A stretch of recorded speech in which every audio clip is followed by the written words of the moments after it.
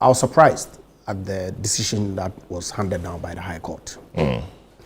But that's certainly a conversation for another day. Because indeed and in fact, post the decision, the letter that emanated from the Office of the Clerk of Parliament to the Electoral Commission and the subsequent decision by the Electoral Commission to hold a rerun, I believe, on the 30th of January or so, is what is most surprising to me. I wonder the indecent haste that is informing the decision to conduct the rerun when the affected party, in this case Matthew Nyindam, has filed an application seeking for the orders of the High Court to be stayed. You see, we are a constitutional republic. We thrive on the rule of law. And I don't want to believe that rather than strengthening our institutions of state, this so-called reset that our friends in the NDC have been preaching about is rather intended to destroy our institutions. I say so because the rules of court are very clear. The Speaker of Parliament himself had occasion to make a determination on this subject matter.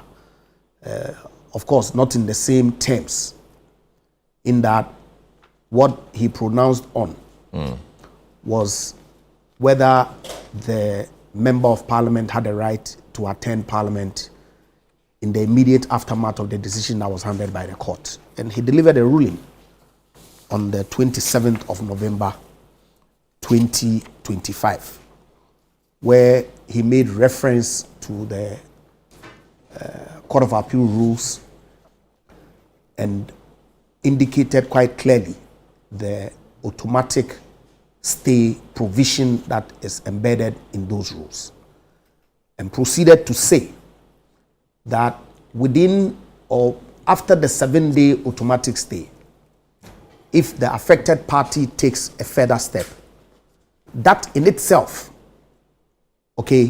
may extend the stay until it is determined by the Court of Appeal.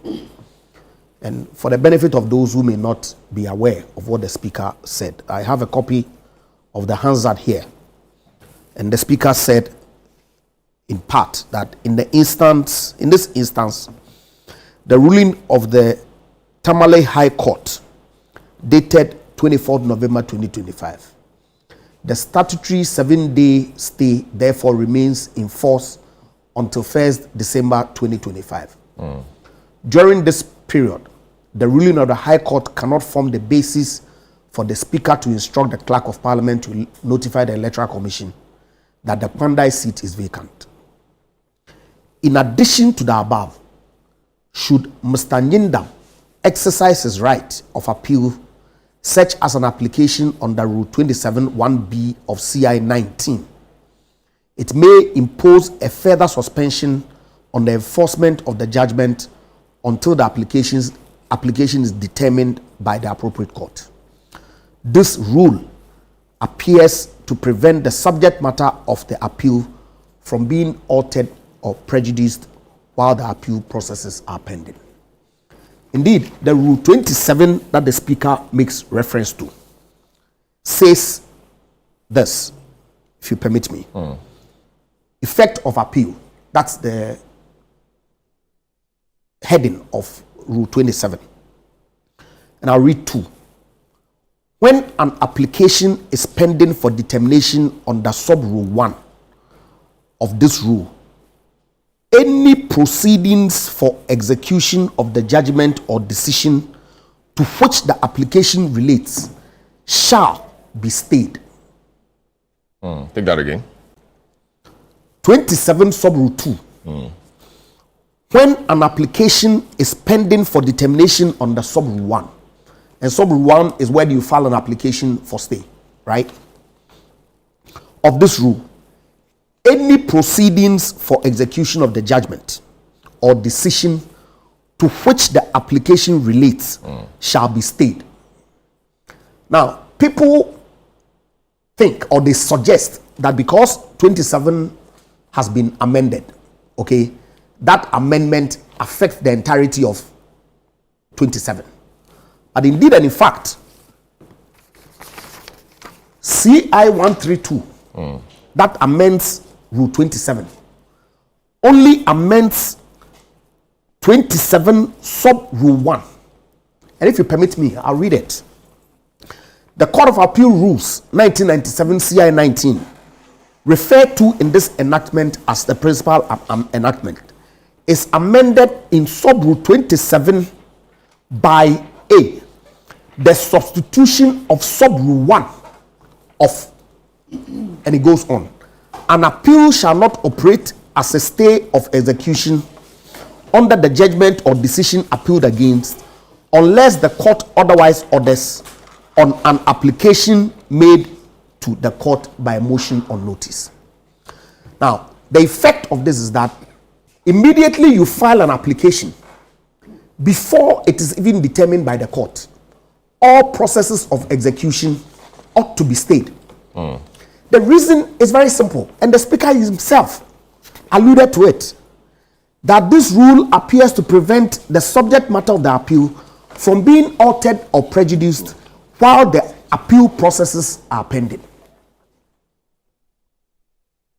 I've read academics, civil society organization actors write extensively on social media on this subject matter. How then is it the case that the Speaker of Parliament allows the clerk, in the light of these express provisions of the law, to write to the Electoral Commission to proceed with the rerun? How? Look, we in the MPP really, yes, we would love to have the seat, but already we are down. And so losing it is really not the issue. So it's not a question of MPP being afraid of a rerun. Because after all, if we go into a rerun and then NDC wins, they are happy to have a so-called supermajority that I really don't know what they need it for. Of course, 2 days ago, the speculation in the minds of many people has been put to rest by the statement that the chairman of the NDC himself has issued, that they're not going to support any attempt by anybody to promote any third term amendment of the Constitution. Of course, we know the processes that an entrenched provision of the Constitution has to go through before amendment. You have to go to a referendum where 40% of the registered voters ought to turn out, and you ought to have 75% or so of people voting yes, before you then go to Parliament, where you need the supermajority that they always sing about, okay, to effect whatever changes that there are. Otherwise, every decision in Parliament, of course, when it comes to the removal of the president, and it's never going to happen.